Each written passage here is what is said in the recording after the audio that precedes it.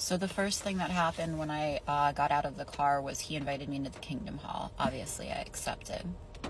And he then was very apologetic, as most elders are. For those who are not Jehovah's Witnesses, elders are considered pastors in the community. They have taken a pledge to shepherd their flock and to protect their children. And that is the reason that I rolled up the way that I did to the actual location where children are in danger. So once I was sitting inside, he told me he needed to call some people and asked me to wait. And he then went in another room. He called on speakerphone and he called a man, said, "Salena Vertolomo is here to see Tony Morris." And the man's response was, how did she find his location? And this man that you see in the video, his name is Jerry Dial, he responded she hunted him down herself. And following that, the man told him to not say anything to me, to be incredibly careful, not to sympathize with me, not to speak to me. And Jerry Dial was, in fact, incredibly sympathetic. We talked for a while. We talked a lot about just stuff. Lots of stuff. Talked about how I went to Italy a few times and learned how to make ravioli. He was telling me how he grew up in Brooklyn working there. He was in shock. It was a lot for him. But he was not in shock about Tony Morris. And the reason that he wasn't in shock, I found out because he called another man serving as an elder there who showed up about 45 minutes later. This man was a circuit overseer for 30 years. And Jerry Dial told me himself that he suspected something was going on because this was a relocation. Tony Morris was placed in the middle of a North Carolina town to hide him. That was so silly, you guys. Oh my gosh, you silly gooses. The other guy showed up. We had a 2-hour-ish, hour and a half-ish, I'm not really sure, conversation. We talked about Tony Morris's responsibility in hiding the gang rape of a 4-year-old in Ohio by 5 elders. That's one of dozens and dozens of things that he's done. And that's kind of why it was hard for me to make a video, because there's just so much that, you know, I saw a lot of requests for story time. You don't want these stories. You don't want these stories. But the stories are real. Real victims, real children. And we also talked about the fact that no one was made known why he was there, and therefore it definitely kneecaps local people in being able to protect the families that are there with them. And also about the systematic nature of it, but that's not really what this video is about. I just saw so many women so impressed by the man at my window, and it reminded me exactly of everything. Yeah. We also talked a good amount about what it means for them, why I was coming to them. Why was I coming to them? Well, one, I went directly to the place where the children are endangered by Tony Morris. When you relocate pedophiles, long-term, very dangerous guys, it's relocated pretty well. I mean, they're hidden down pretty well.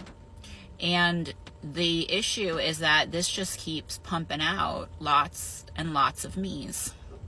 And as I told them, nobody wants more me's around. We don't need more me's.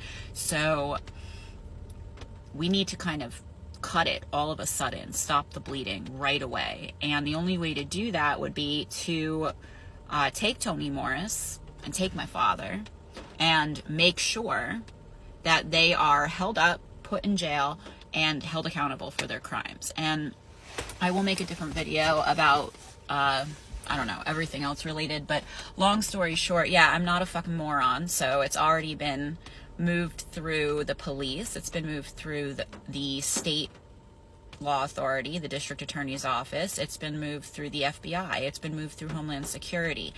And when I realized how truly disgusting everybody is. I called home. I went to Italy. I called Germany. The German ambassador is very aware of what's going on because they had a shooting where in a Jehovah's Witness Kingdom Hall not so long ago that was completely preventable by America.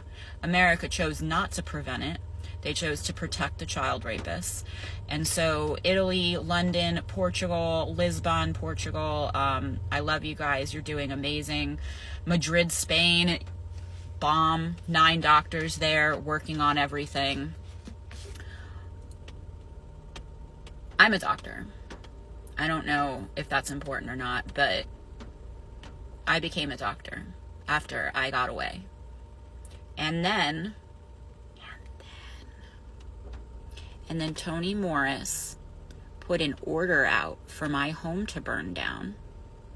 And he did this by lighting a match and inciting very violent cult members to either burn or bury alive anyone speaking out against child sex abuse, anyone who could know anything or expose it.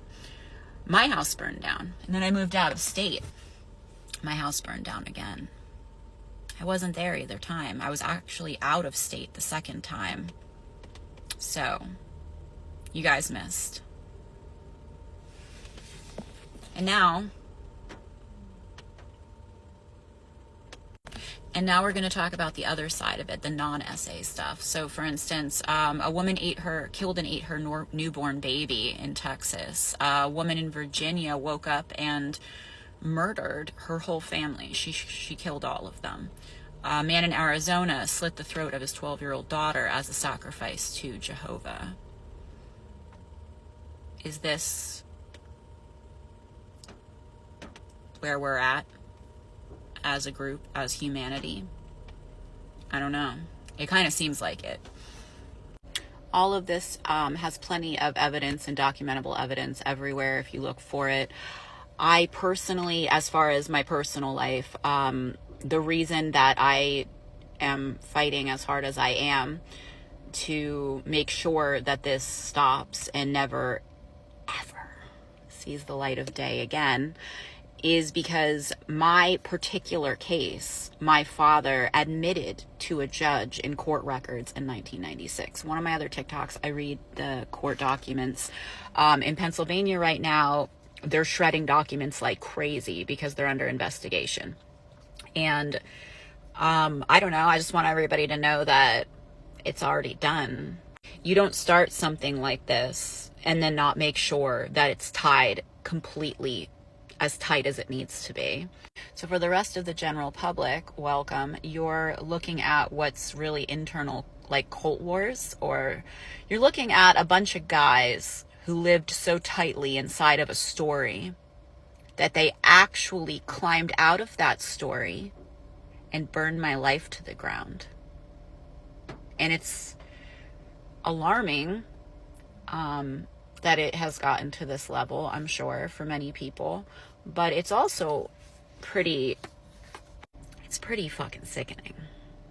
So about 2 years ago, I put everything together that needed to be put together, and that went out to 18 different countries. And it's going to stay there until something is done or I die. One or the other. And if you're in Lumberton, North Carolina right now and you're wondering what the hell, how did we make the map, you can thank Toni Morris for that. He has run a corporation that has run a sex trafficking ring for children inside of it so well and so quietly that the only way that it could possibly be exposed is from the inside out. And yeah, he's just putzing along over there. And we could do it like this, where we have conversations and we talk about it, or we can do it like I told the elders, where the next time I see him, I'll be bringing a metal bat and I'm just going to swing till candy comes out. Like, I feel like I deserve that. Treat yourself.